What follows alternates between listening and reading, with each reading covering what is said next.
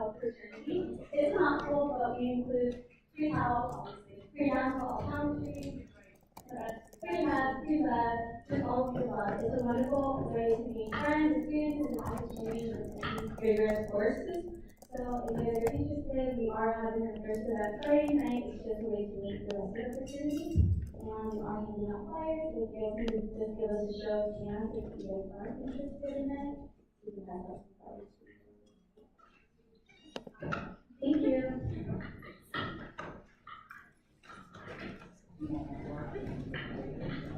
Thank you. Yeah, sure. That was super quick.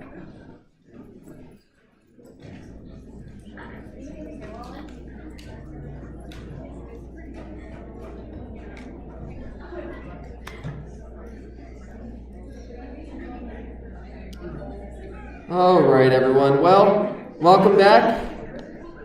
After today, we'll be 2 weeks down.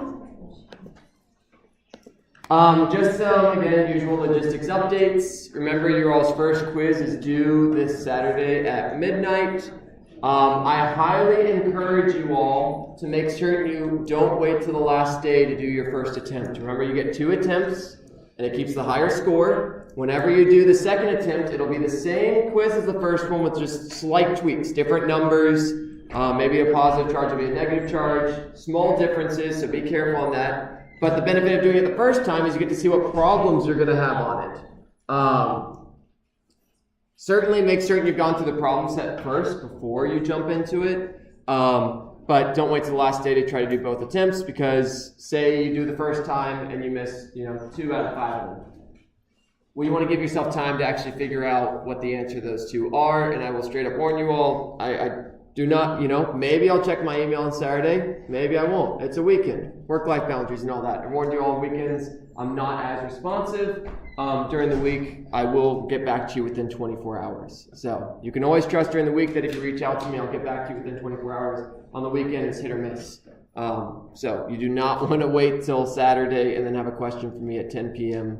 It's just not happening. I go to bed at 9. There's no way I'm seeing your all's emails after that. I have a 9-month-old baby. I work high school. I need my sleep. Hopefully you all do too. But, well, I guess almost 10-month-old baby. So other logistics thing. I did the iClickers. I uploaded those scores. The vast majority synced perfectly. If yours did not sync, it actually notified me of like the 7 or 9 or whatever people. I sent an automated email to you all letting you know that it kind of didn't sync, that you're not kind of connected. Most likely the reason it didn't sync together was maybe you used a personal email instead of your Knight's email, or maybe your student ID isn't exactly right in there. So if you're one of those, just make certain you update that. Today will be the first day where the clicker questions actually count as points. Reminder to you all, you get 75% of the points just by doing the problem, so it shouldn't hopefully stress you out. If you're one of those few and yours didn't get synced, email me, we'll figure it out. But yeah. AA, yep. As far as I'm aware, I don't think there's any other lecture halls that we're going to be interfering with, and these are nice concrete walls anyway, so yeah, keep it simple, AA, which is the default, which means you shouldn't have to change anything. Okay, so that's clicker questions, that's the quiz, and then, yep, I mentioned your discussion section is this week. Those questions are up. A couple people, thank you for letting me know that there wasn't an option to submit it. I have updated that now. I did restrict what you could upload file-wise. Hopefully that works out well. If not, I'm sure I'll get bombarded with emails and I'll fix it. But I basically restricted it to Word files, PDF files, and pictures. And I tried to put, the classic PNG, GIFs, whatever the other one was. The reason I put that restriction is in the past I've had people, I guess the Mac has like a .page file, and I've had problems personally opening those. If you have a Windows, I can't open those files, so that's the only reason there's like file restrictions. .page files are usually a little dicey. They don't open on Windows machines, so then you're rolling the dice if your instructor has a Mac or not, which I don't. And the TAs are actually the ones grading all stuff, so who knows if they do. And web courses can't preview them either, so there's all sorts of reasons. Good news, a very unexpected thing that happens. We're actually, I think, ahead, which is great. So today we'll probably get through this stuff with ton of spare, and that doesn't mean that I'll let you off early. You are paying good money. So, we'll use that time to either solve some more problems or maybe get a head start on the stuff next time. But good place to be. We're doing great. Last class we talked about electric fields. We talked about that positive charges make electric fields that point away. Negative charges make electric fields that point towards them. The closer you are, the stronger the field. The farther away you are, the weaker the field. And they work like forces, where if you have more than one charge, you find each one's contribution, you add up the vectors tip to tail, or mathematically, depending on what you have available, you can always do tip to tail, and find the net field there. We explored a few problems where we had different charges in different locations, but a lot of this was kind of very similar to forces. Just we had to remember that the electric fields point away from positive towards negative. And then the other really key detail was that positive charges move in the direction of the field. Negative charges move opposite the direction of the field. So just to give you all a quick reminder of what that would look like, there was a bunch of math I did there for the last problem. If I have, and it all matches up with what you'd expect, but let me just quickly draw this last one, just since I think that'll be more clear. If I have a field that's pointed to the right, there's an electric field, let's just say it exists all over, and it's the same amount everywhere. Who knows what this field is due to? We're going to actually learn today some alternative, some different situations that can make fields in different geometries. But if I have a field like this and I put a positive charge in it, that positive charge will experience a force to the right. If I have a negative charge that's in this exact same field, it experiences a force to the left in the opposite direction. So that was the quick summary of what you needed to remember from last time. What way electric fields, how electric fields are generated, what direction they point, and then if you put a charge in it, how does it behave? So, getting into what we're doing today, we're going to first talk about flux, which is a really fancy word. Many of you probably have only heard this word from Back to the Future, flux capacitor, whatever. They use it because it sounds fun, I guess. But really, flux just means how much of something passes through a surface. Flux is how much of something passes through a surface. So if I say electric flux, that's how much the electric field is passing through a surface with area A. There's a few variables that this flux depends on that we'll talk about. One is the strength of the field, one is how big your surface is, and the last one is the orientation of your surface. So we're going to kind of unpack those, explore some problems with them. The reason I'm introducing flux is this is going to come up later in the course as well. When we talk about magnetic fields, it's going to matter for some problems there. For you all, honestly, so like I'm introducing flux. If this was a calculus-based course, this would then come into effect. We're going to talk about, if you notice, the title of this whole slideshow is Electric Field and Gauss's Law. You all are blessed with not having to know calculus. I mean, I say blessed. I love calculus, so I say that. But it means that I can't really actually explain much of Gauss's law to you. So your blessing is that I'm giving you just some equations at the end, and I can't really derive them, which I know, so sad. But you're spared from the derivation because the derivation requires calculus.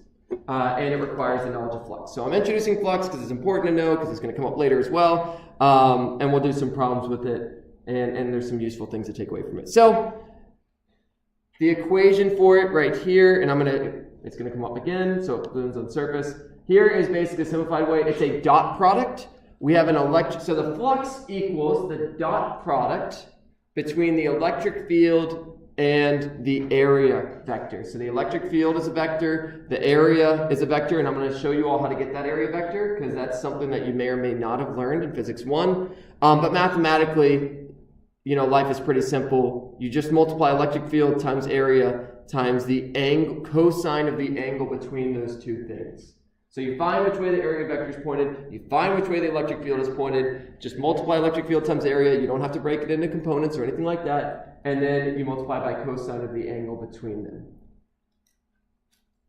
So it's a pretty simple equation. This is, any dot product can be written like this. Dot products are a way to multiply vectors. There's also cross products. We're going to see those at some point, but again, you're not going to have to do anything fancy with them. You're not going to have to know linear algebra or anything like that. So you just need to know that it's, at the end of the day, this is the important part here. That's what you're going to be using when you solve problems. But I need to tell you how you get that area vector, because that is something you may or may not have learned before.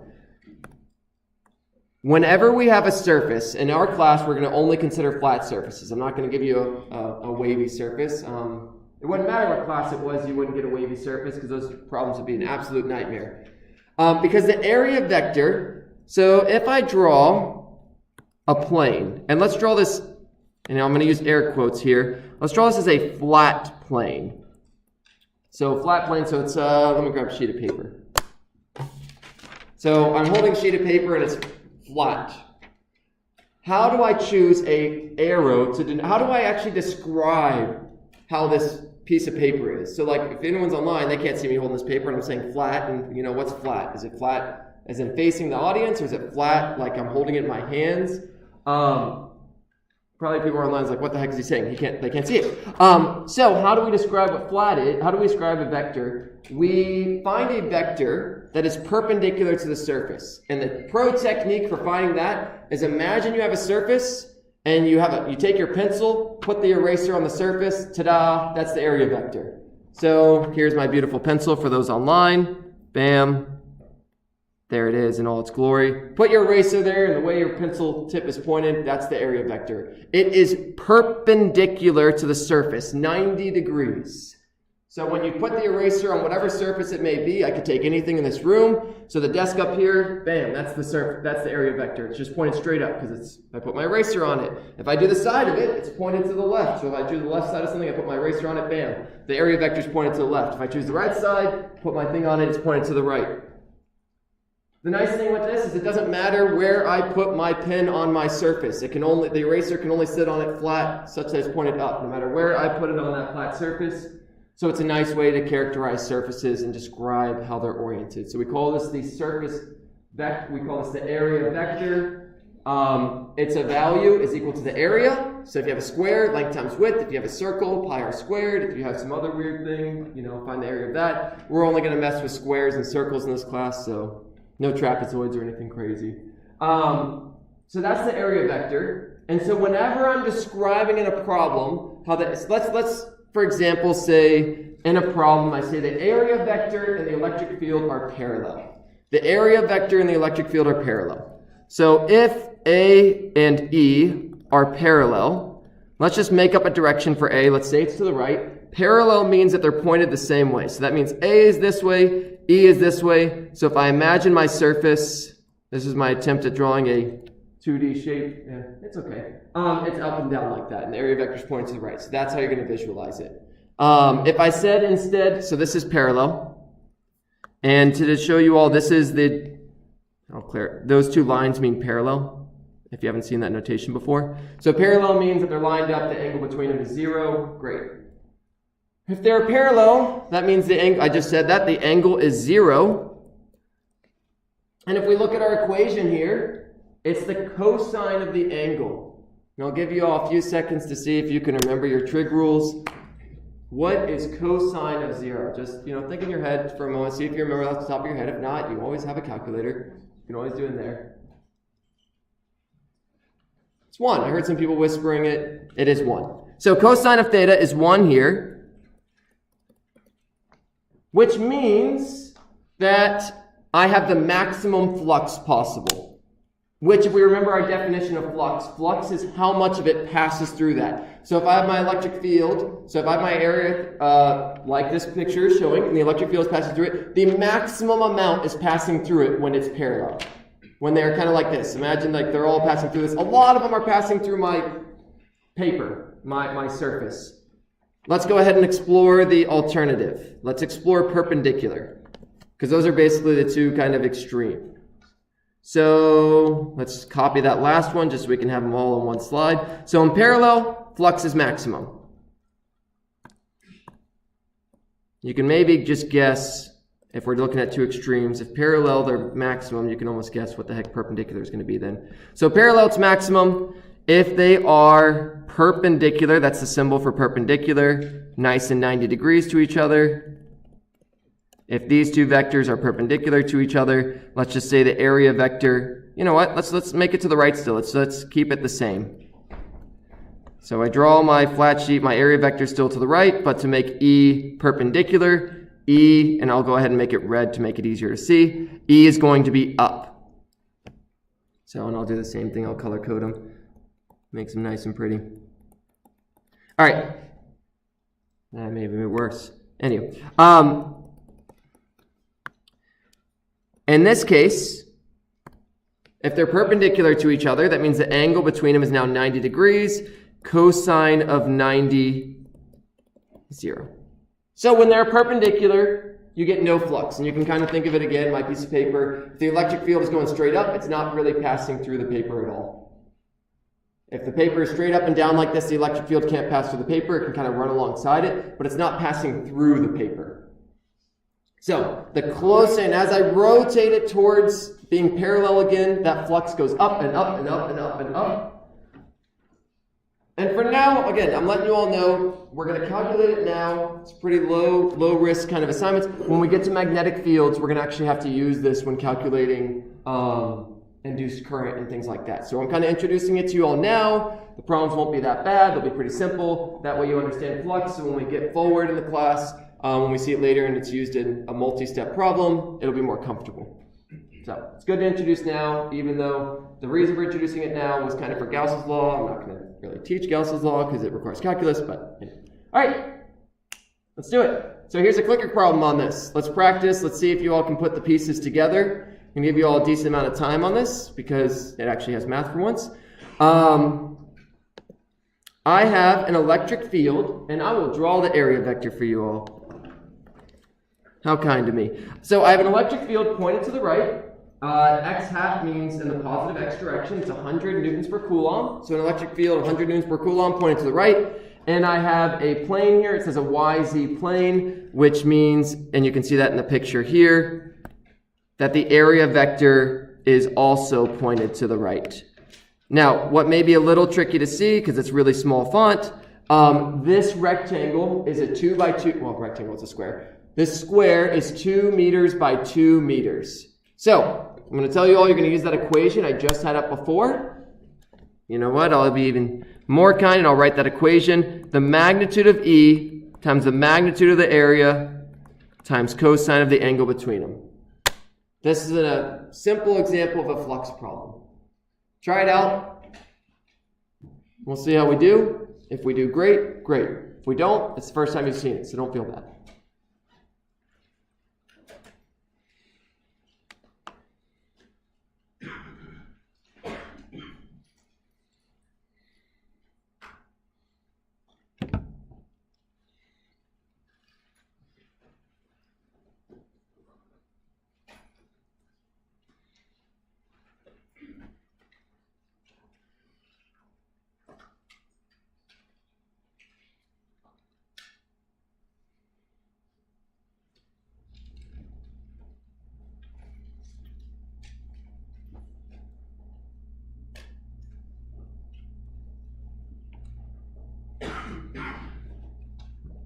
All right, I'll probably give to like 2:15. That should be pretty good.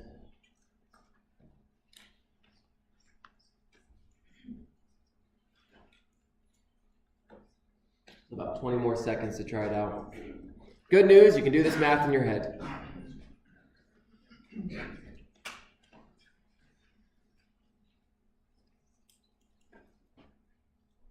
All right, so we'll close it out in 5, 4, 3, 2, 1. All right, let's see how we did. Okay, so we got some varied responses. Again, I kind of like that. That means, and the majority of us, look, I got it right. Majority of us got it right, but it's great that I see some varied responses because it means it's worth practicing. All right, so let's just quickly solve this. The givens, ideally, I'd go through the 4-step problem-solving process. I'll jot this down. I have a little bit of space here. Picture's done. Step 0 is done. So what's given? The electric field is 100 newtons per coulomb. The area, we have to calculate. It's a square, so it's 2 times 2, which is 4 meters squared. And then the angle, and this is probably where most of us got tripped up. What is the angle between the area vector and the electric field? So the area vector is to the right, the electric field is to the right, and if you ever have 2 arrows that line up, that means the angle between them is 0. So, what are we solving for? We're solving for the flux, so that's step 2. The equation's already on there on the board. So step 4, plug and chug, ends up being 100. So flux equals 100 times 4 times cosine of 0, which we said was 1. So 100 times 4 is 400. And I didn't tell you all the units for this before, but if you look at these units, I mean, funny enough, if you knew the units, you could have, you do it without actually, there's only one that has the right units, and it's one with the right answer. The units came from the math. So in our problem, we multiplied the, don't have my laser pointer. We multiplied the electric field, which was newtons per coulomb, times meters squared. Ta-da, our units are newtons per coulomb times meters squared. The units just came from the math.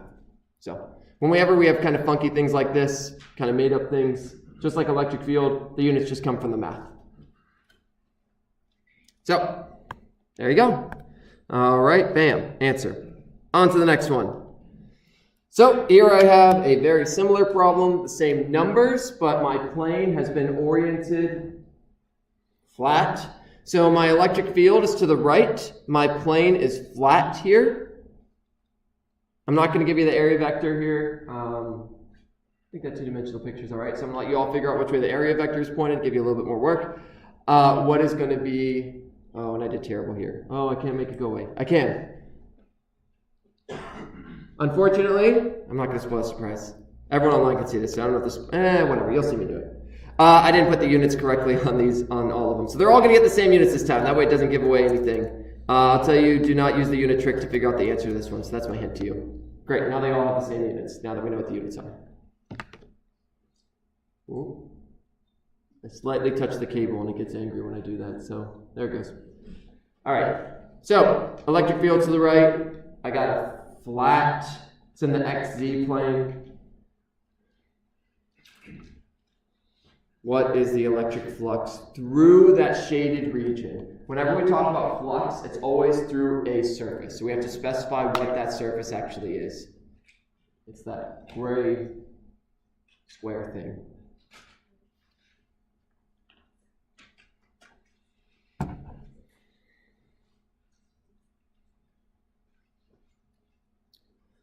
And something that's interesting here, I'll make a note of it again in a second.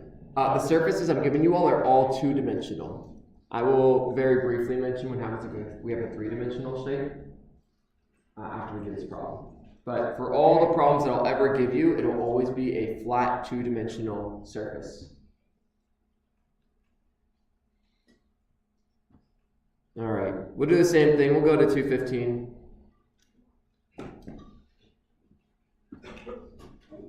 Give you all as much time as possible to think.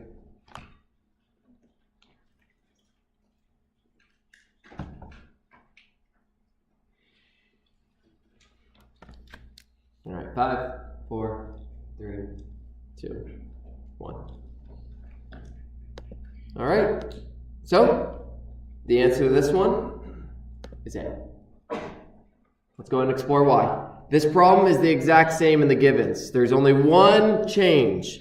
And before I even begin, let me add to my picture something we'll need. We need the area vector. Again, pretend like this is a flat piece of paper and put your pencil on it, eraser down.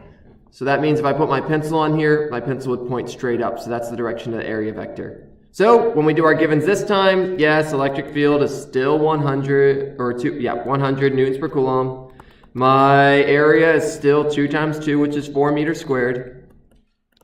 But the difference here is these are perpendicular to each other. If I draw the electric field, I kind of bump it over here to make it easier to see. I don't want to cover that in case anyone looks at this later. I don't want to cover that too. These are 90 degrees to each other. So the angle is 90 degrees. So remember we said when it's 90 degrees, the equation solving for flux.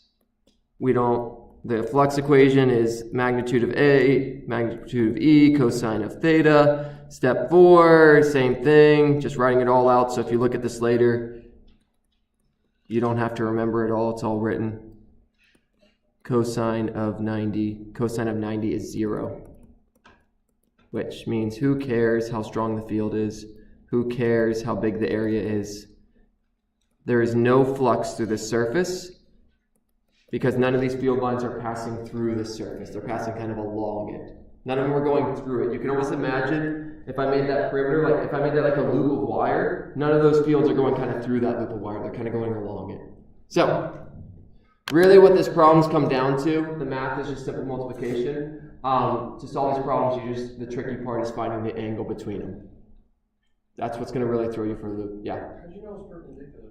So the way I knew it was perpendicular is this was, so I knew that the E, it's a good question. The electric field here is pointed to the right, and then I had to find the area vector. There, because this was flat, so my electric field pointed to the right, so here's my flat paper, I just take my pencil, I put it on there, and my area vector is pointed straight up.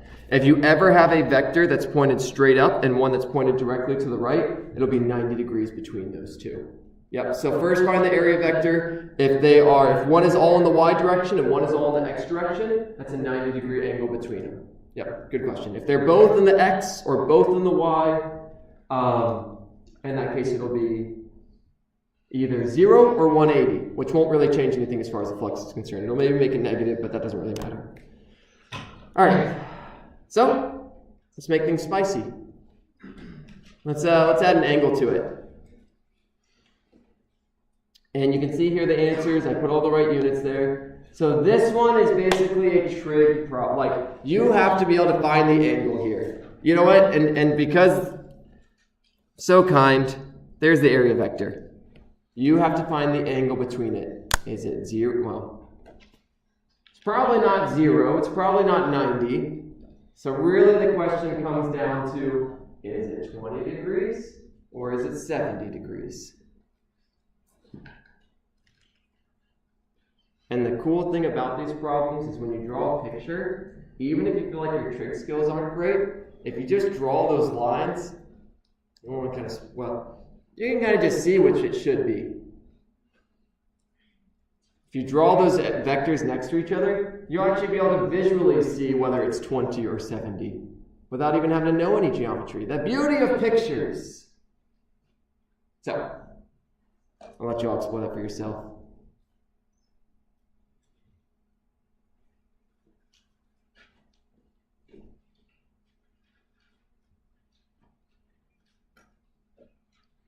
As long as you can draw a decent picture, sometimes that's good enough to kind of figure out the problem.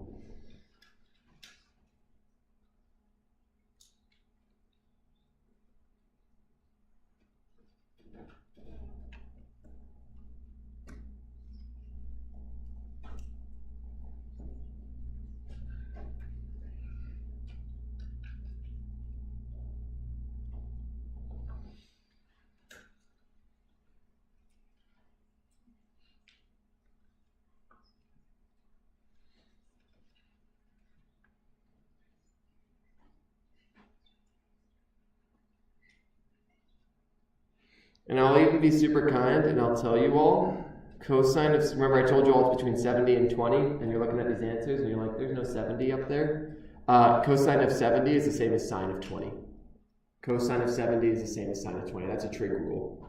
Cosine of theta equals sine of 90 minus theta. I'll jot that down in a second. You know what? Let's just put it now. This is just a little trig rule, so if you're wondering why I'm saying it's 70 or 20, but 70 is not even an option, there is this handy-dandy little relationship between cosine and sine. 90 minus 70 is 20. So, anyway, that's where that's coming from. Just in case you're looking at this and looking like you didn't even have a choice. Or looking at this and you're like, oh, it's really obvious. You only put 20 degrees up there.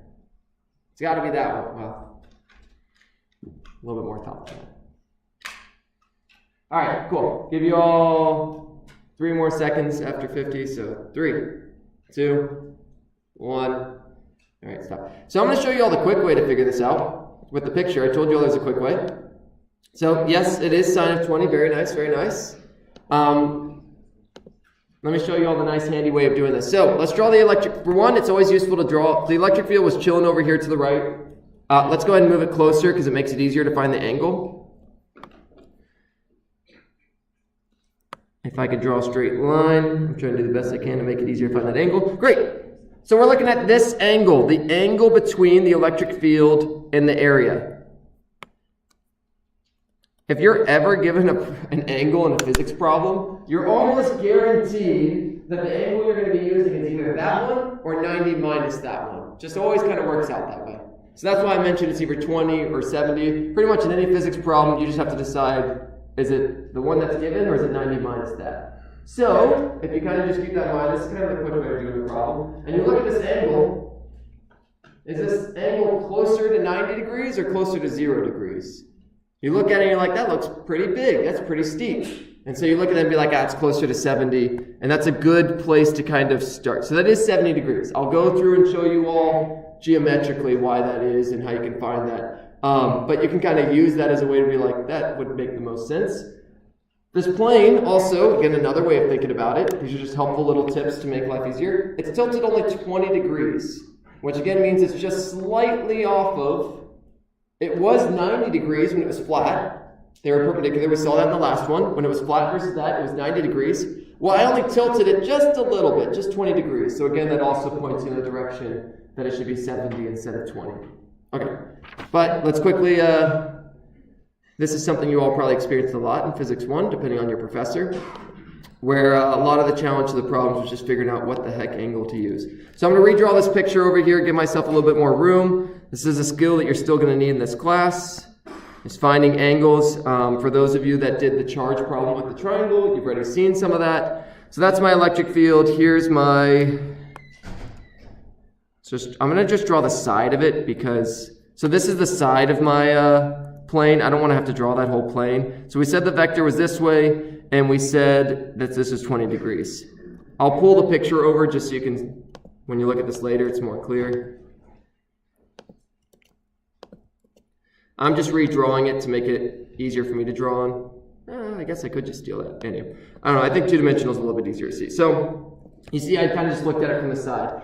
So let's move that electric field over. And we are trying to find this angle here. So you have all sorts of options for doing this. One of the options, again, this is where things just get a little angly, and you got to kind of think through it and spend some time. This is 90 degrees right here. That area vector, by definition, is 90 degrees to the surface. So I know that that's 90. Well, let me draw something out for you to make this a little bit more clear. I'm going to use, there's a lot of different trig geometry kind of rules you can use here. Boom. I'm going to use the same colors. Bam. All I did was I just drew this part right here. So this was 20 degrees. And if you remember one of the geometry rules, if that's 20 degrees, then that's 20 degrees. And if this is 90 degrees, 90 minus 20 equals 70. So that's one way, that's how you can see it geometrically and prove that yes, it is 70. Yeah, you probably, one of the least favorite problems in Physics 1 is the box sliding down a ramp with a coefficient of friction, and that's where you saw this. That may ring a bell to you. You had to do this a bunch of times for that. You have like a slope thing. So that's one way to do it. There's probably one or two more ways to do it, but that's kind of the easy one that comes to my mind. Again, honestly, the easier option, recognize that in a physics problem, if I give you an angle, you're either using that or 90 minus that, and then just kind of think through, should I be using a big one or a small one? Visually, you can do that, again, or you can do the geometry. And I already told you all that cosine, so if we write out, it's still 400, it's still 100. I'm not going to rewrite all the math again. It's 100 times 4 times cosine of 70, and I told you all that rule right here. 100 times 4, that's the same as sine of 20, which does not fit there at all. So let's flip that over and I'll leave that be. So this is going to just take some practice, y'all. When it comes to geometry, there's not really much you have to recognize the angles, you have to remember the rules. If you have lines going this way and that way, and as you do them more and more, you'll get a better intuition for these things. So, flux, great, done. There's one or two problems in your problem set that let you practice that. That's kind of one of the worst ones. Nifty thing with flux is if you have charges inside of a surface, so far we've been considering an electric field outside of it, we didn't say it was coming from, we just said there's an electric field, there's a surface, find the flux through it due to the electric field. A kind of interesting thing about flux is it works out that if you have some charges inside a surface, so I have a picture over here where I have some negative charges, some positive charges, some are inside of it, some are outside of it. If you want to find the flux, you just add up all the charges inside. If they're positives, they're positive. If they're negative, the negative matters. And you divide it by epsilon naught. I told you all about epsilon naught previously. Epsilon naught is called the permittivity of free space. It is 8.854 times 10 to the minus 12. You will find that in a lot of problems, I just leave the solution with epsilon naught in it to save you all some headache. It's a constant. So, and you're going to find when I give you flux problems, for example, the problem set. Let me just jump over to that real quick. There is a problem, right here, where I have a whole bunch of surfaces. I've got a blue one, a red one, they're all labeled. You notice I leave all the answers over epsilon naught, so you didn't have to divide by that gross number. Anyway, so there you go. I'll often do that just because there's not a ton of benefit dividing by 8.854 times 10 to the minus 12. It makes the answer like way harder to grade and way harder to see if you understand it. So let's just look at this one. Let's just apply this. It says add up the charges and divide by epsilon naught. So let's find the flux through this surface right here. Let's make our life easy, and I'm just going to say that these charges each have a charge of 1 coulomb. If they're positive, it's positive 1 coulomb. If it's negative, it's negative 1 coulomb. Just, I told you that's a ton of charge, but let's just use that because it makes my life really easy to solve this. So let's add up all the charges. So it says flux equals add up all the charges and divide by epsilon naught. So I just count them. I have 1, 2, 3, 4 positives. So 1 plus 1 plus 1 plus 1. And I subtract the negatives. Minus 1, minus 1. Whatever their charge may be. Now, if they have a charge other than 1, replace 1 with what that number would be. If it was 5, put 5. If it's 5 to the minus 6, put 5 to the minus 6. Bam. Add that all up, divide by epsilon naught, and 4 minus 2, look at that, 2 over epsilon naught. Bam! Done. If I wanted to make it maybe a bit more general, let's just say that these were Q's. Let's say they all have the same charge, let's just put Q. Say it had an arbitrary, Q could be anything. 3 times 10 to the minus 6, 5 times 10 to the 2, but it doesn't matter. All I did was I said they were all the same, so the positives and negatives, they cancel out, bam. I just added up how much charge was in it, and it is 2Q over epsilon naught. So it's fairly simple. You're going to see when you start to do some problems that it's not really too bad. It's just a really nifty thing kind of happens. All the outside ones don't affect it. And this is where I want to mention the three-dimensional shapes. This is a good place for me to do that. You're not going to need to do three-dimensional shapes. But why do the outside ones not matter? Well, it's because they both go through it, they go in it, and they go out of it. So the electric fields that they add kind of cancel out. It goes in, so it gets like a positive, and then it goes out, so it gets a negative, so their contributions cancel out. So the inside ones, they only exit it. So they contribute because their electric field only exits it, where the other ones go in one side and out the other, so their contributions cancel. Yeah? When you say Gaussian surface, that's just like a Gaussian surface is literally just like a loop around something. So yeah, replace the word Gaussian with nothing. Arbitrary surface. Yep. Yeah. I noticed in the problem set problem that was like this. Sure. There are a bunch of surfaces that are overlapping. Yep. Is there like a situation that's going to become tricky? No, I'll never ask for the flux for like 2 surfaces together. So it'd be one at a time. So here they're all over each other just because it let me fit 1, 2, how many surfaces do I have there? 6 surfaces in one picture. That's the only reason I did that. So when you're doing this, you just look at one surface at a time. For S1, there is 1, 2, 3, 4 charges inside of it. This one's 3Q, this is 1Q, this is negative 2Q, this is negative 2Q. Add up those numbers. 3 plus 1 is 4, minus 4 is 0. The flux to the first one is 0. Let's go ahead and do a clicker one together just so we can spend a little bit more time on this. And what is the electric flow? Oh, look at that. I already gave you all the answer. All right, let's see if you remember it. Try for yourself. Try from scratch. I gave you the answer. You obviously have it written down, maybe, if you wrote it down. If not, great, try it. If you did, pretend like you never saw it and do it again from scratch. Just look at the problem.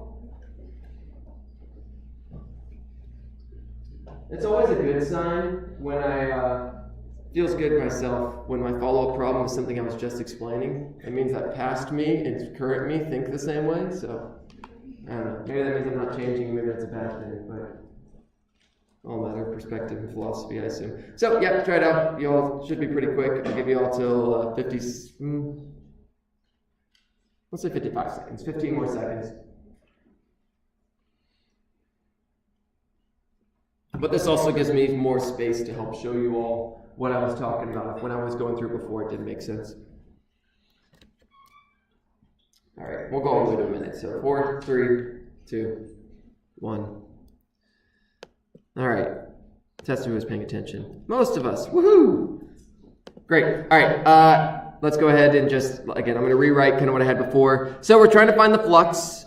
The picture's already drawn. Step 1, it's not really a number problem, so I can't, the givens is a little tricky to write down. So we're trying to find the flux, and we say it is the sum of the charges enclosed. I'm just going to put in, charges in. I could put E in if I wanted to put the short for enclosed, but the charges inside it. I'll write the whole word inside, so when you look at this later, it makes more sense. Charges inside divided by epsilon naught. Remember, this is sum, means add up. It's a Greek letter, capital sigma. All right, so that means we pretend like all of these don't matter. These are the ones on the outside. Outsiders don't matter. So, we just add them up. Again, I kind of wrote this before, so we look at it and we have 1 plus, I have positive plus a positive, I have 4 positives, minus a negative, and this is for an arbitrary, they say they all have the same charge Q. Who cares what Q is? If I gave it to you, you could multiply it and find for yourself, but in this case, I just said it's Q. And so we get to our original answer, and it is positive 2. The question may be, why would it be negative 2? Why is there negative 2 here? Well, if I had 4 negatives and 2 positives, now I have negative 2. Negatives matter when it comes to this. All right.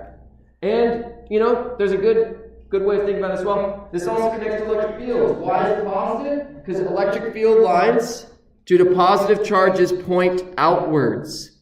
So you can think of positive as pointing outwards. A negative flux would mean the electric fields point inwards, which tells you have extra negatives. If the electric fields are pointing outwards, great, you got a positive flux. If you're pointing inwards, you got a negative flux. And that in itself reveals that whether you have extra negatives or extra positives. Okay, so this is where, if this was a calculus class, we would start to get into, hey, here's Gauss's law, here's a derivation, it involves flux. We take our 2 equations for flux. We take our 2 equations, E, A cosine theta, and we set that equal to charge enclosed over epsilon naught. And ta-da, that's Gauss's law right there. Those 2 things equal each other. But it ends up, we have to integrate. We instead put it as A, dA, yada. Long story short, we get an equation that we can use for very specific problems. There's only 3 types of problems I'm going to give you all. So everything up to this point, I'm going to erase that because you don't need to know it. Sorry if you're writing it, but you don't need it. Just take the 2 equations, set them equal to each other if you really want it. Every problem we've been doing in this class is point charges. Positive charge here, negative charge here, positive charge here, negative charge here. You can see all of them. It was beautiful. You can count them on 2 hands at worst. You don't need your toes or anything fancy. But the real world is big. My cup has way more than 3 charges on it. Everything in this room has a ton of charges on it. So how do we expand this to actually real world situations? We look for symmetry. Physicists love symmetry. The spherical Cal jokes and all that kind of thing. We love things that are symmetrical because you can do nifty things mathematically with it and find unique relationships. And so we would apply that with Gauss's law, and we'd choose the right surface, and yada, yada, yada. And we'd find that there's 3 problems where I can have more than just 1 charge. I can have a bunch of charges. Tons of them distributed among 3 different surfaces. One is a rod, a line of charge. Can be a circular rod, but generally kind of consider it like 1-dimensional. We can have a surface, which is 2-dimensional, so a flat piece of paper would be a good example. That would be a 2-dimensional surface, 2-dimensional flat surface. And the last one is a sphere, which is 3-dimensional. These are the 3 ones we're going to use. Let me go ahead and replace this. Yeah, I'm going to actually use this because we're not going to use, these are all Greek letters. So in these, you notice I have alpha, I have sigma, no, sorry, that's lambda. Lambda, sigma, and rho. These are 3 Greek letters. One of the things you get to learn as a physicist is the Greek alphabet. Could I tell you the whole alphabet? No, but if I see the symbols, there's only so many letters in the English dictionary, so we use the Greek alphabet when we need extra things. So, these are densities of charge. How do we get them? Very simple. We take, for one-dimensional, we take the net charge, and we divide it by the length. We take the net charge, and we divide it by the length. I'll write the word, well, I'll just clarify, this is length. This is how I get the distribution of charge. So density, because like mass and volume, density that you would learn in chemistry, density is mass per volume. How much you have of mass distributed over a 3-dimensional space. Well, in this case, we don't have 3 dimensions. We have 1 dimension. So don't divide it over 3 dimensions, divide it over just its length, because that's the only dimension we have. When we get to 2 dimensions, how do we get the charge density? Well, don't divide over length. Now we have 2 dimensions. Divide over area. And if we have 3 dimensions, we kind of get back to our traditional definition of density. In fact, it uses the same variable that you're familiar with density, potentially. Q over volume. Take the charge and divide it by the volume of it. That's how you would find 3-dimensional. You divide it by how much space it takes up. 2 dimensions divided by how much area it takes up. 1 dimension divided by the length. And this tells us how our charge is spread out. I'm going to give you all problems where the charge is spread out uniformly, meaning if you look in these problems, they're all evenly spaced. And in general, charges like to distribute themselves fairly evenly if possible. They like to get as far away from each other as possible, and they spread out really nice. Yes, it is possible for them not to do that, but again, I'm not going to give you all that nonsense. That would be a nightmare of a problem. Yeah? I know there's no diagram here, but like with the last problem, you said you don't count the protons and electrons on the outside. Yeah. Would it be the same when calculating the net asymmetries? So with these, you just calculate, if you want to find the density, you take all of it that's in it. Yeah, it's all the ones that are in it, yeah. Because in this case, we're only, this will be the only place where charge exists anyway. There will not be any other charge hanging around. So the problem, like I'll go through a few example problems. An example problem would be, I have a rod with this much charge and it's this long. Find the electric field a certain distance away. I'm going to give you what those equations are, how to find that electric field, but it'll be the only thing that exists. I'll say find the electric field some point away from a rod, or find some electric field some distance away from a plane, or find some electric field a distance from a sphere, and those will be the only things that exist as far as you're concerned. Yeah, good question. So, again, I'm just going to straight up, you're going to get 3 nice equations for each one. How do I find the electric field due to a line of charge? How do I find the electric field due to a plane of charge? How do I find the electric field due to a sphere of charge? Those are derived using Gauss's law. For good or for bad, I won't be able to give it to you. This is more electric. You know, let's just do one more. I know this is kind of out of order, but let's do one more flux problem. I know it's not necessarily what I just said, but since these are here, you know, why not?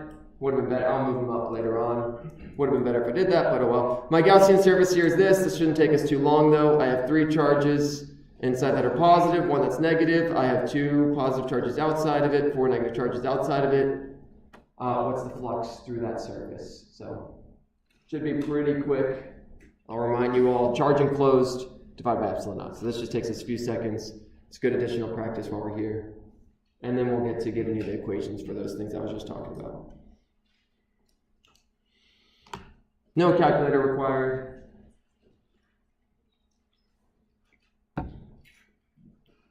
And I'll give you all 10 more seconds, so we'll do it at 55.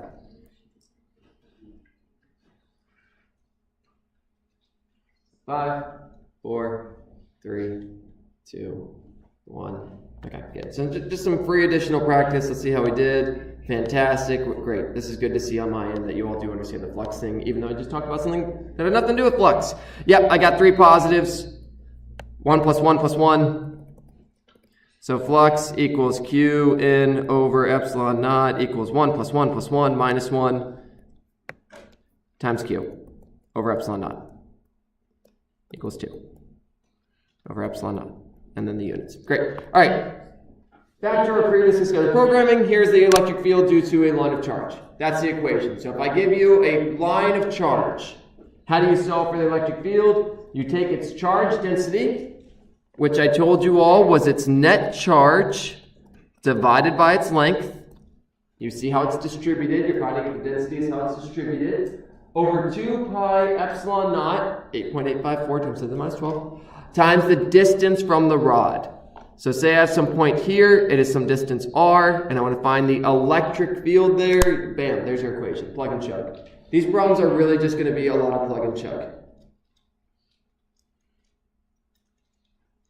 All right, and I am currently, I keep telling you all, permittivity is 8.854 times 10 to the minus 12. I have warned you all, I am prone to making mistakes, as all humans are. Great, I didn't make a mistake on this. Fact checking myself. When it comes to constants, good to make certain you're using the right one. So 8 epsilon naught is 8.854 to 10 to the minus 12. Have this thing written down somewhere so you don't have to have it memorized. I checked because I told you all, memorizing, well, I haven't told you all this, but my memory's not great. That's why I'm in physics. You don't have to memorize things. That's why I give you all the 5 by 8 note card that you can write a bunch of things on. It's 5 by 8. 3 by 5? Let's say 5 by 8. It's the bigger one. So you don't have to memorize these constants. You can have it written down. That way you don't accidentally say, oh, what was it? You don't need to have it memorized. This isn't anatomy. You all can have all the fun in memorizing stuff in anatomy class. Sounds miserable. I didn't have to take it. All right, so there you go. Straightforward equation. There's one of these in your problem set. We'll get to some of those today. And by today, I mean it's the next slide. So, a very long, thin wire has a uniform linear charge density of 30 microcoulombs per meter. What is the electric field at a distance 3 centimeters from the wire? So I was really kind. Look, I gave you all the charge density. You didn't even have to calculate it. Wow, so generous of me. An alternative to this problem would be, I say the net charge is this and the rod is this long. You would just do the net charge divided by the distance and they would give you this. So let's write down our, let's draw a picture. Here is my wire. It's very long. In general, with these problems, we consider these wires to be infinitely long. They don't technically have to be. They have to be effectively infinitely long compared to the distance, but anyhow, infinitely long. My charge here is positive. You still need to remember, for this problem, you still need to know whether it's positive or negative, because that's going to affect which way the electric field points. Now in this problem, I didn't ask for which way it points. I said, what is the electric field? This one, let's just pick a point above it. Let's say it's above it. According to this problem, though, it could have been below it. I didn't ask for direction here, so if I did, I would have had to clarify, let's even just put that here so we're above the wire. Great.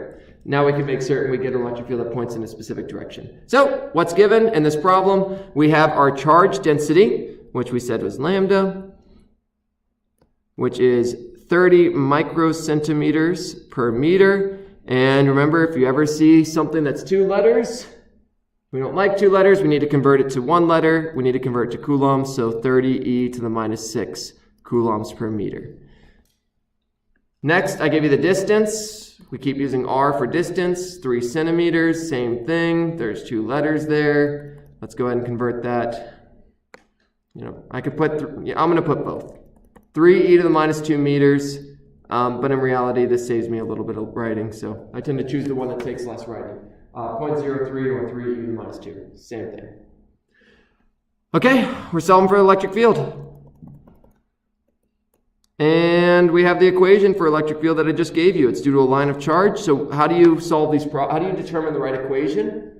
Well, you have on your little note when you're doing the test or quiz or whatever, you have somewhere electric field due to a line of charge, and then you have this equation written down. Lambda over, again, I don't have it memorized, 2 pi epsilon naught r. We do know epsilon naught as well. I could have written that in the givens, but I save myself some time and just not write that down. So, plug and chug. Plug and chug at this point. That's really what these problems come down to. There's not really any challenge to the setup. There's not really like, oh, I've got a bunch of things and vectors. These problems are fairly straightforward, plug and chug. The only complication is maybe you have to find the charge density, and I gave you the equations for those. So 30e to minus 6 over 2 pi 8.854 times 10 to the minus 12 times my distance, which is 0.03.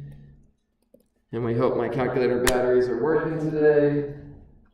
If not, at this point, it's just plugging into the calculator. So let's see what we get.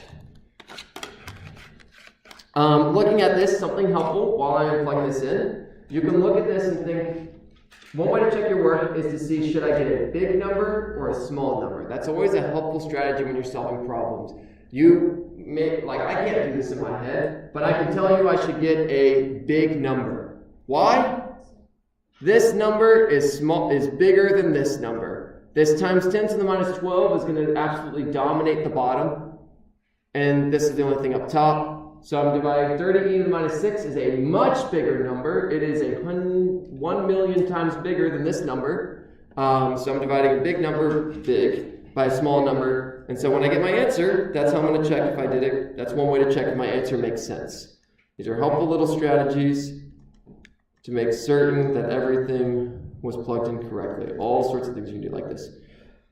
All right, so 30e minus 6 divided by 2 times pi times 8.854 times 10 minus 12 times 0.03. Enter, and yep, look, I get a big number. Great. That's a good sign. There are many ways to reduce errors. I'll try to continue to give you hints like that as you go on, because those are the kind of tips you just pick up from doing a lot of problems. So I got a big number because I was dividing by small numbers. So 1.798 times 10 to the 7, and don't forget your units, don't forget your units, don't forget your units. Units per coulomb. That's huge. It's really big. Which is because this is a decent amount of charge, and we're fairly close to the wire. The closer you get to coulombs, the more ridiculous your answers get. Great. One down. We got 2 more to go, and that'll kind of close us out. So we have a line of charge, we'll do a plane of charge, we'll do a sphere of charge, and it should work out pretty good timing-wise. So I gave you the equation for the line of charge, we just applied it. We're going to actually do, let me move this one up. Let's do the plane of charge first, just to keep our order matching what I have there. There's the plane of charge. It is sigma, which I told you all is just charge over area, net charge over area, over 2 epsilon naught. This equation is really interesting compared to the other two we're going to see. There is no dependence upon distance here. It does not matter how close you are. It does not matter how far you are. The electric field is the same. So the electric field at this point is the exact same as the electric field at this point, is the exact same as the electric field at this point. The electric field is the same everywhere around this plane. And you may wonder, how the heck is that? Well, for one, we imagine that this plane is infinitely large. So, fun things happen when you have something infinitely large. But you get a lot of symmetry. I can kind of quickly, because that may be like, how the heck is that? Why doesn't it depend upon distance? Every other one we did depended upon distance. If we just take a few of these charges, when you're really close, the ones close by, they point really up.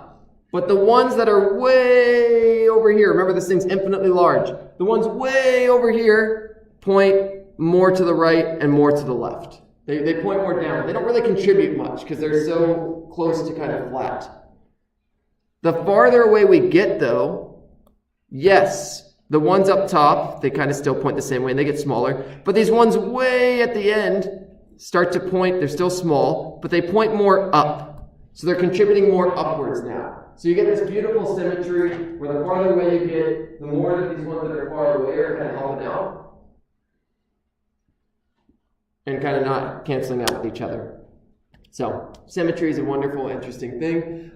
This is actually the most important problem, like the most out of all the symmetries, the most important, because there's a real-world application of this type of charge called a capacitor. We'll learn about that in a couple weeks from now. You'll actually see it in the problem in your discussion section next week. Even though we won't have learned about capacitors, you'll see a problem that asks about them because A capacitor is just two of these things together. One positive, one negative. We'll see it in 2 weeks. So that's the equation. Very straightforward. Doesn't depend on distance. Really interesting. There's not really a practice problem there. Let's go ahead and jump to the sphere. If we have time, we'll come back and we'll add the practice problem for the plasma. Sphere, we have two equations depending on where you're located. If you're outside the sphere, this should look very similar. It is just as if we had a point charge. This is the exact same equation as Coulomb's law. Coulomb's law, or not Coulomb's law, the electric field that I started with at the beginning. If you have a point charge, it was K with a little q over r squared. Well, here it's a big Q because I got a bunch of charges, but the equation is just KQ over r squared. So when you get far away from this thing, when you get outside it, it just looks like a point charge, which is kind of interesting. Again, symmetry, beautiful. You get these kind of really interesting things that pop up. When you're inside the sphere, you get this equation, K times capital Q times R, little r, over big R cubed. I'll explain where that's coming from in just a second, but Q is the net charge, R is the distance from the middle. It's the distance where you're finding the point. So let me draw that on the picture here so you can see what I'm talking about. Here's the center. Say I want to find the electric field at this point here. Let's call, who cares what it's called? This distance, I'll make it nice and red so it's easy to see. This distance is R. The distance from the field, I'll put point P, field at point P. So little r is the distance from the center to that point. Big R will make purple. Big R is the radius of the sphere. So little r is the distance from the center to the point. If you're way out here, then this will be little r. It's still the distance to the point that you care about. So if you're outside the sphere and you're using that first equation, r is the distance from the middle of the sphere all the way out there. And it looks like this thing's hiding. Well, not hiding. Sorry. The sphere here, I just got to shift this over so you don't think I don't know how to spell sphere. There it is. The E was hidden there all along. R is the distance to the point you care about. Big R is the radius of the sphere. Where does this equation, why is this one all weird?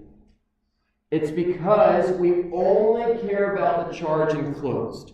When we're solving this, the way the derivation worked out, remember the flux, we only care about the charge enclosed.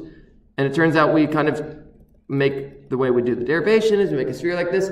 This comes from, I need to find the amount of charge enclosed by like an imaginary sphere with radius r. And so you get this proportion. This is a proportion, you notice the r cubed, that would kind of come from finding the volume.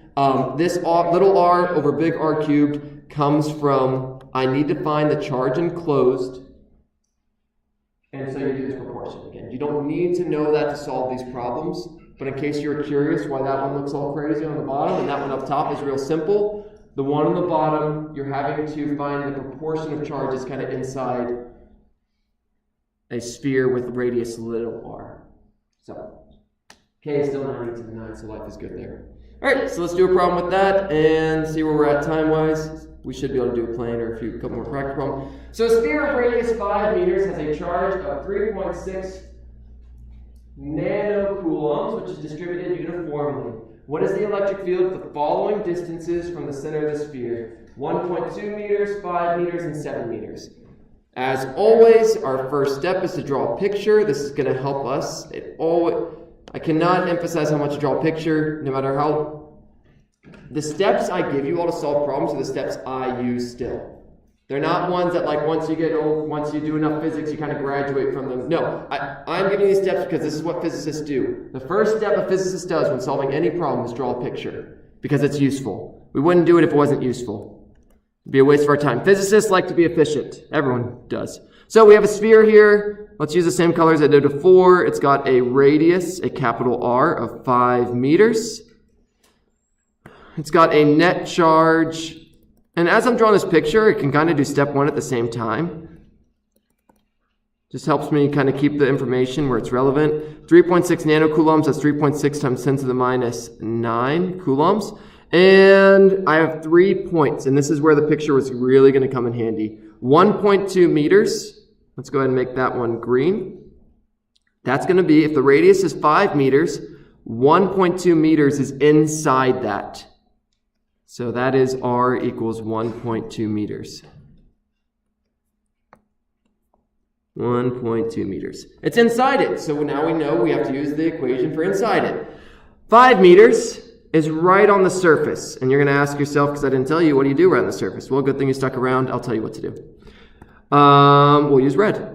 So 5 meters is a point located right on the surface. So in that case, r equals 5 meters. That's part B. And last but not least, we have r equals 7 meters. Nice. What was that, plum? Oh, there we go. Nice plum. 7 meters is bigger than 5, so it's outside it. How did I know where to put these?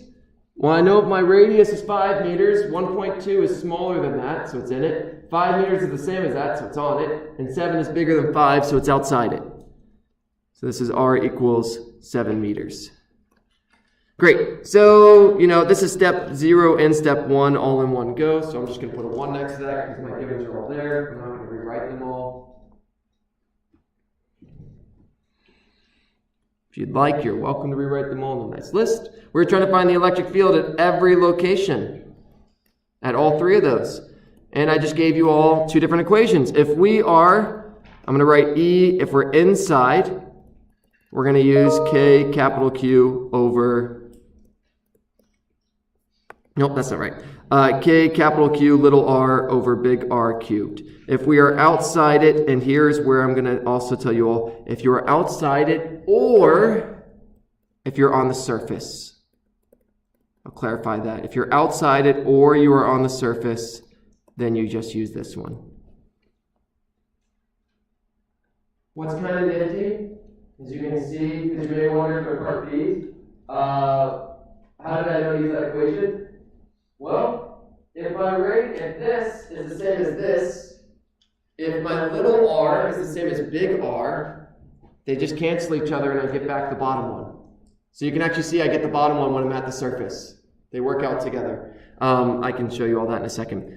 So, funny enough, if you really wanted to, you could use the inside one for the 5 meters as well, and it would all work out the same. So, let's just quickly do them. Inside, fairly straightforward, y'all. I mean, they're both fairly straightforward. It's plug and chug. So, K is 9E9. My capital Q is 3.6 e to the minus 9. My little r is 1.2. And my big R is 5 cubed. All I did... So part A is inside. I'll put a little A next to that so you know that I'm solving A. I just used the inside one and put all the variables in. Fairly straightforward. No tricks there, just pretty simple. 99 times 3.6 e to the minus 9 times 1.2 divided by 5 cubed. I double check my calculator to make sure I plugged it in right. And you get 0.31104 newtons per coulomb. All right, A done. Let's go to B.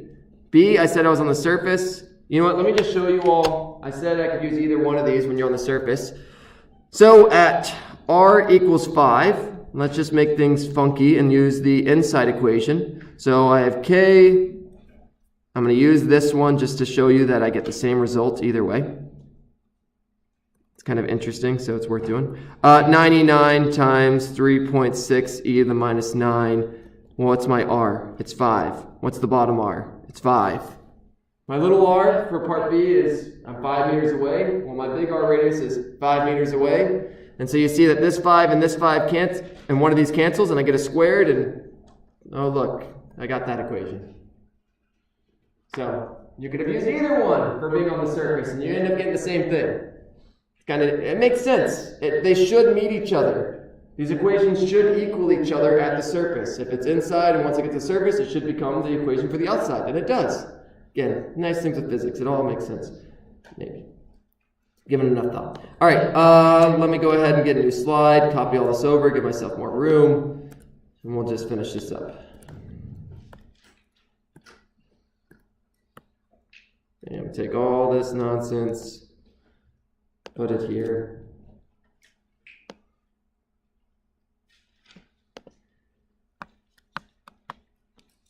Okay, so continuing part B down here. So 99 times 3.6 e to the minus 9 over 5 squared. Plug that into your calculator and you get a nice answer. It's basically like we're doing point charges again. Equals 1.296 newtons per coulomb. Now, we get to notice some interesting thing with our answers. Notice our electric field went up. That's because there was more charge included now. Before, we only included the charge that was kind of inside that 1.2 meter sphere. Now we have the whole sphere contributing to everything. And you can take your guesses in your head. Do you think the next one will be bigger or smaller? It's a good kind of conceptual question to think about. We're about to solve the electric field at distance 7 meters away. Do we expect it to go up or down? Let's find out. We are outside it, so at r equals 7 meters, we use our outside equation, which was kq over r squared. So 9e9 times 3.6 e to the minus 9 divided by 7 squared. We very carefully plug it into our calculator. Something that you can't see me doing, so I'll make it explicit. When I'm plugging this into my calculator, I am taking the time to make certain what I put here is what I matched here. I'm taking the few seconds to make certain I didn't make any typos on here, because I told y'all we're all humans, take the few seconds. It's really hard to spot when you made a calculator error. The easiest time to catch the calculator error is when you first typed it in. So, spend the few seconds, double check that what you type into your calculator is what you wrote on your paper. And see if you got this guess right. The electric field went down. So we get an interesting result where the electric field is the strongest at the surface and gets weaker the more in you get and the farther away you get. The electric field, due to a sphere of charge, is strongest on its surface. As you get farther away, it acts like a point charge, and we've already said the farther away you get from a point charge, the weaker it gets. And as you get inside it, the enclosed charge gets less and less. The outside charges don't contribute to it, so there is our 3 answers. Bam, bam, and bam. Okay. So, solve that problem. I want you to go ahead and take your guesses on this. So this is conceptually understand that plane of charge, which is the most interesting one to us. After we do this, I just have a couple points to mention about conductors and how charges distribute, and then that'll be it for today. So our timing actually worked out pretty darn good. So here's a uniform plane of charge, and I already drew some arrows previously, kind of did it quickly. But take your intuition. I have a point P that is located directly above my infinite positive plane of charge. Which way do you think the electric field will point? Up, down, bottom right, top left. My hint to you is use symmetry and use your knowledge of how electric fields point due to positive charges.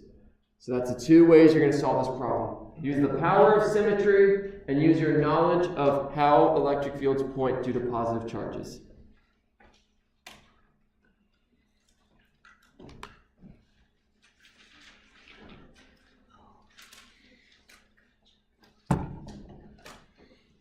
Do electric fields point away from positive charges? Do they point towards positive charges?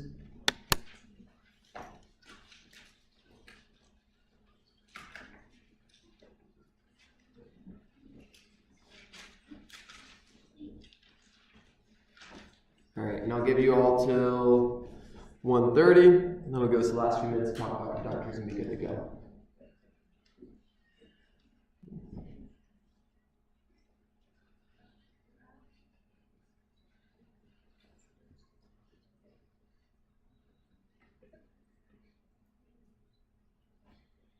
Five, 4, 3, 2, 1.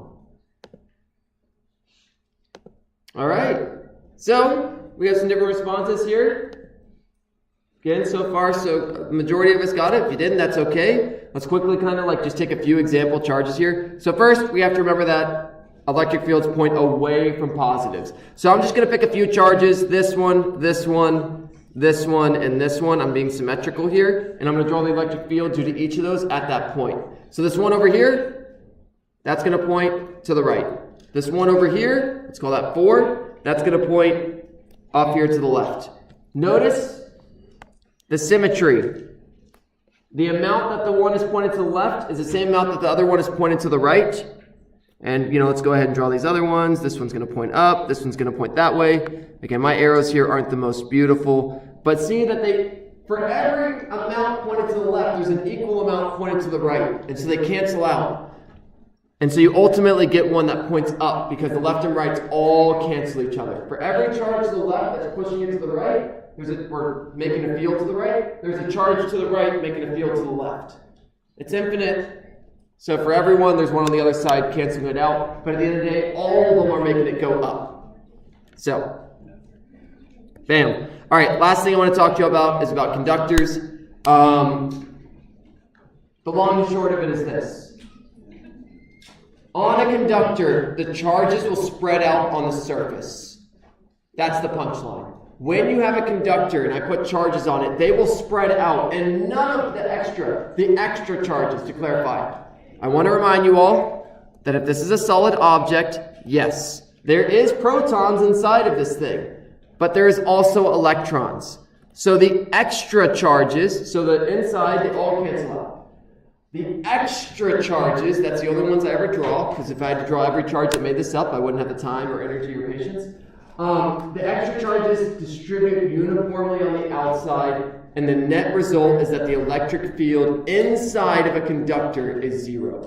The electric field inside of a conductor is zero. So you may be like, well, that wasn't true. We did this problem before. This was an insulator. To clarify, and I'll even add that here, an insulator